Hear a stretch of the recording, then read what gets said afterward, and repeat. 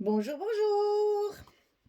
Allez, je suis ravie de vous retrouver pour continuer l'album Engine of the Future de Ciao Bella dans le cadre de la boutique et les kits de Corinne. Alors, c'est mon colis septembre. Hein. Ce n'est pas un kit, ce sont des collections à acheter individuellement sur le site. Donc, ce mois-ci, c'est pas moi qui ai le kit. Je travaille avec des produits qui sont dans la boutique. Donc là, c'est la collection Engine of the Future pour de Ciao Bella. Et donc avec cette collection, on va pouvoir continuer notre album. On attaque notre dernier bloc. Donc je vous rappelle que les blocs ils font 20 cm sur 25 cm et que donc on va faire la page numéro 7. Alors, sur cette page, il va y avoir deux rabats identiques, un en haut, un en bas. Donc, ils font 20,5 sur 11.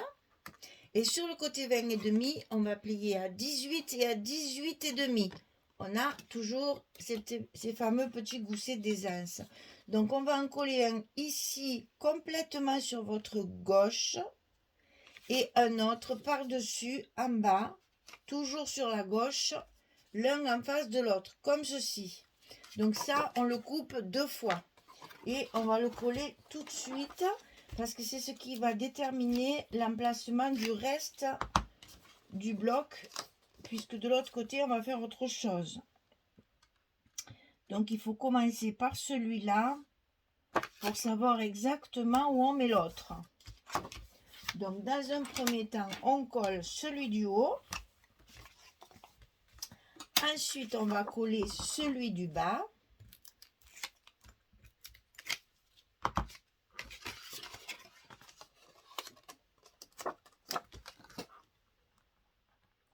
Bien au bord en bas et bien au bord à gauche.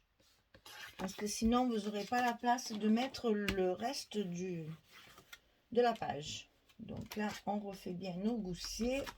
Et voilà. Donc là, on a une en haut, une en bas. Ensuite, on va mettre un petit volet comme ça par-dessus. Et vous allez le mettre de façon à ce que ça cache la fin de celui-ci. Hein. Alors, ça fait à peu près au milieu.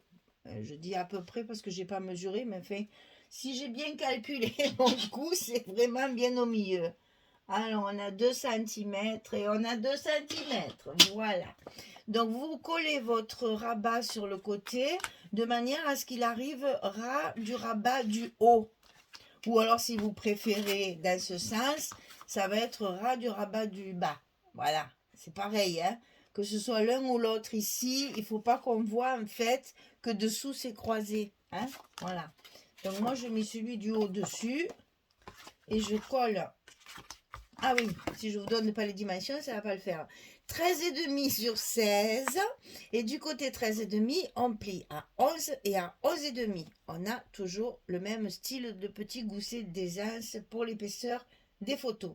13,5, 16, 11, 11,5. Et ça, on le colle à l'intérieur de notre bloc, sur le côté gauche.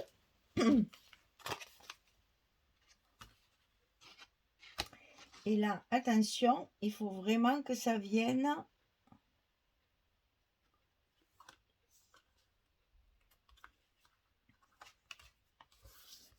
cacher en fait le bas du rabat de dessous. Hein. Voilà, il ne faut pas que ça se voit. Et tout ça, on le remet bien en forme. Voilà, une fois que c'est fait, on va attaquer l'autre côté. Alors, l'autre côté, il y a une porte qui va s'ouvrir comme ceci, avec une pochette à l'intérieur. Alors, on va d'abord coller la pochette. Alors, le rabat, il fait 16,5 sur 20. Et du côté 16,5, on plie à 14 et à 14,5. Ici, 14, 14,5. Et donc, une fois qu'on a coupé ça, on va à l'intérieur, ici, y coller une pochette. Alors, cette pochette, elle fait 18 sur 8,5. Et sur le côté 18, on plie à 2 et à 16. 18, 8 et demi, 2, 16 et on colle ça en bas de notre poche, notre rabat de gauche là. Alors toujours pareil, mon petit scotch rouge de 6 mm.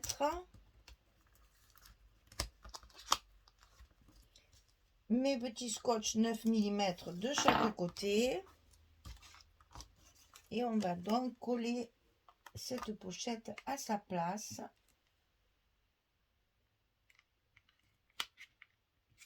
En bas de notre rabat. On appuie bien. Voilà.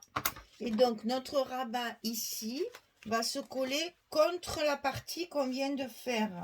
On arrive à fleur du côté droit. Alors comme chaque fois qu'on fait ce genre de truc, on plie dans l'autre sens notre gousset, puisqu'après notre page, il faut qu'elle s'ouvre comme ceci. D'accord? Donc là, on va coller cette partie le long de celle-ci. Alors moi, j'ai tracé un trait de peur de faire des bêtises.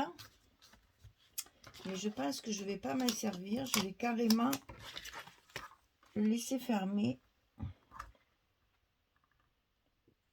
pour que ce soit vraiment bien contre le premier module. Et donc après, on n'a plus qu'à refaire notre petit gousset. Et ça arrive bien à fleur. Voilà. Donc ici, il va falloir fermer cette partie-là. Donc j'ai mis mes aimants dessus. Parce que d'abord, ils sont très forts. Donc ça va y aller. Mais c'est qu'ici, je vais avoir une photo. Et j'ai peur qu'avec l'épaisseur, après, ça ne fonctionne plus. Donc j'ai mis mes aimants dessus ici. Et je vais les mettre ici sur ce rabat-là. Où j'ai normalement pas prévu de photo puisqu'il n'y aura que du papier. Alors donc, il est important que cette partie-là se ferme puisque les deux parties sont indépendantes. Donc il faut que ça soit bien fermé d'un côté et puis de l'autre. Donc cette partie-là sera fermée comme ça.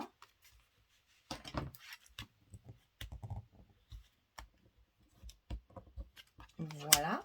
Et cette partie-là, alors là c'est pareil, je vais insister. Ici, on va faire une cascade. Donc papier de fond et deux cascades.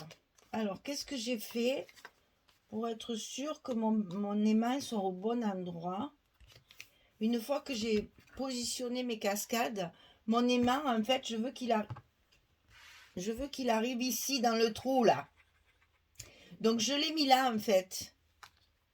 J'ai pris mon aimant, j'ai mis mon scotch à l'envers, je l'ai mis là et je l'ai collé après sur ma page pour qu'il arrive bien ici. Et celui-ci, c'est la même chose. Je vais pouvoir le coller avant, parce qu'il est sur la pochette. Je vais pouvoir aussi le coller à l'extérieur de ma cascade. Alors donc, nous parlons cascade.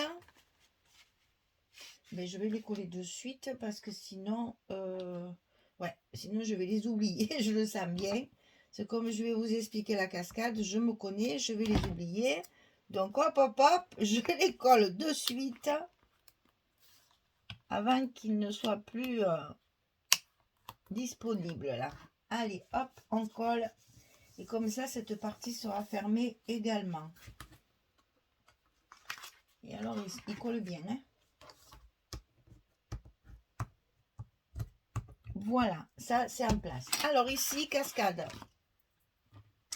Cascade de deux cascades. Donc un papier de fond et deux cascades. Alors ça c'est 18 sur 11. On va les mettre toutes les deux légèrement décalées. Alors pour tracer les fentes. Ici j'ai 1 cm. Ici j'ai 1 cm. entre le bord là-haut et ma première fente, j'ai 1 cm. Et ici, j'ai 1 cm. Ici, entre les deux, j'ai 2 cm et j'ai décalé un seul centimètre. Donc, du bord gauche à la deuxième cascade, j'ai 2 cm. Et bien sûr, je trace des fentes de 11 cm que je vais effacer de suite avant de monter ma cascade. Parce que si j'oublie, je le fais après. Et après, c'est pas commode quand tout est monté. Hein. Là, au moins, mes traits sont effacés avant. Voilà. Donc, une ici à 1 cm, 1 cm. 2 cm plus bas à 2 cm du bord. Je fais ma seconde. Et là, je vais mettre mes 2 cascades. Donc, une ici. Une ici. Et vous voyez, ça c'est vraiment décalé très... Ici, il y a 2 cm et ici, il y a 1 cm. C'est vraiment très peu décalé, mais ça fait moins d'épaisseur que de les mettre l'une sur l'autre. Et donc ça va venir là. Là, il y a une pochette. Donc, qui dit pochette, dit carte. Donc, une carte de 11 sur 16 à mettre dans la pochette. Et de l'autre côté, ici, on va faire des espaces photos, bien sûr, le plus possible. Voilà. Allez, je mets tous mes papiers et je reviens vers vous. À tout de suite. Moi, me voilà de retour. J'ai fini. Donc, écoutez, voilà, ça s'ouvre donc comme ceci. Là, j'ai quand même fait un espace photo supplémentaire. Ici, j'ai un peu écrasé mes goussets quand même. Hein. Ici, ça s'ouvre comme ça, parce que là, j'ai voulu mettre du papier pour pas mettre trop de craft quand même. De toute façon, ça va être tamponné. Hein. Mais ici, oui, c'est vrai que je préférais mettre du papier quand même. Il faut mettre un peu de papier de temps en temps. Donc là, ça fait 1, 2, 3, 4, 5 photos de ce côté. Et ici, on ouvre comme ceci. Là, on a la carte. Donc, ça fait 7. Ici 8, 9, 10, 11 et on peut en mettre une ici bien sûr là-dessous. Par contre là je ne ferai pas de stop parce que ça serait trop épais pour ma fermeture. Hein. Pour la fermeture ici ça me ferait de l'épaisseur ici et ça irait pas. Donc si on met une photo de plus, je ne mettrai pas de carte comme je fais quelquefois sur les cascades, ça serait trop épais. Donc juste on peut dire on a l'emplacement d'une photo mais c'est pas obligatoire. Voilà, 1, 2, 3, 4, 5, 6, 7. Qu'est-ce que j'ai dit? 8, 9, 10, 11, 12. On a donc 12 photos sur la page numéro 7 et elle est terminée. Voilà ce que ça donne. Donc une part un petit peu avec des chiffres, des engrenages, etc. Et de l'autre côté, eh bien, nous retrouvons ces fameux oiseaux métalliques et mécaniques avec les croquis du laboratoire, n'est-ce pas? Voilà, et là j'aime beaucoup ce papier, donc j'en ai mis un morceau ici aussi. C'est dommage, toutes les étiquettes évidemment elles sont écrites en anglais, mais il est vraiment très joli, vraiment très très joli. Et franchement, au plus j'avance, au plus je me dis, j'ai l'impression de travailler du Stamperia. Hein. Enfin, voilà, donc la page numéro 7 est terminée. Il nous en reste plus qu'une. Et après, on va pouvoir attaquer les tamponnages et la décoration sur cet album. Donc ici, la prochaine vidéo, ce sera la page numéro 8. Et la vidéo d'après, ce sera les die. Vous savez que je veux vous montrer comment je fais avec mes cires. Donc la dernière vidéo, avant la présentation finale, bien sûr, ça sera ça. On va essayer de faire du métallique avec du papier en fait, voilà. Et donc comme ça on pourra après décorer et mettre plein d'engrenages partout sur notre album. Voilà, donc la page numéro 7 est terminée. Je vous remercie comme toujours, d'être là et de me suivre. Et puis, je vous dis bonne journée, bonne soirée, bon week-end. Ça dépend quand est-ce que vous regardez la vidéo. Peut-être bonnes vacances, parce que s'il y en a qui partent la deuxième semaine de septembre, eh bien, bonnes vacances aussi. Et puis, à très bientôt pour la suite de cette création Engine of the Future dans le cadre de la DT des kits de Corinne. Merci, au revoir tout le monde.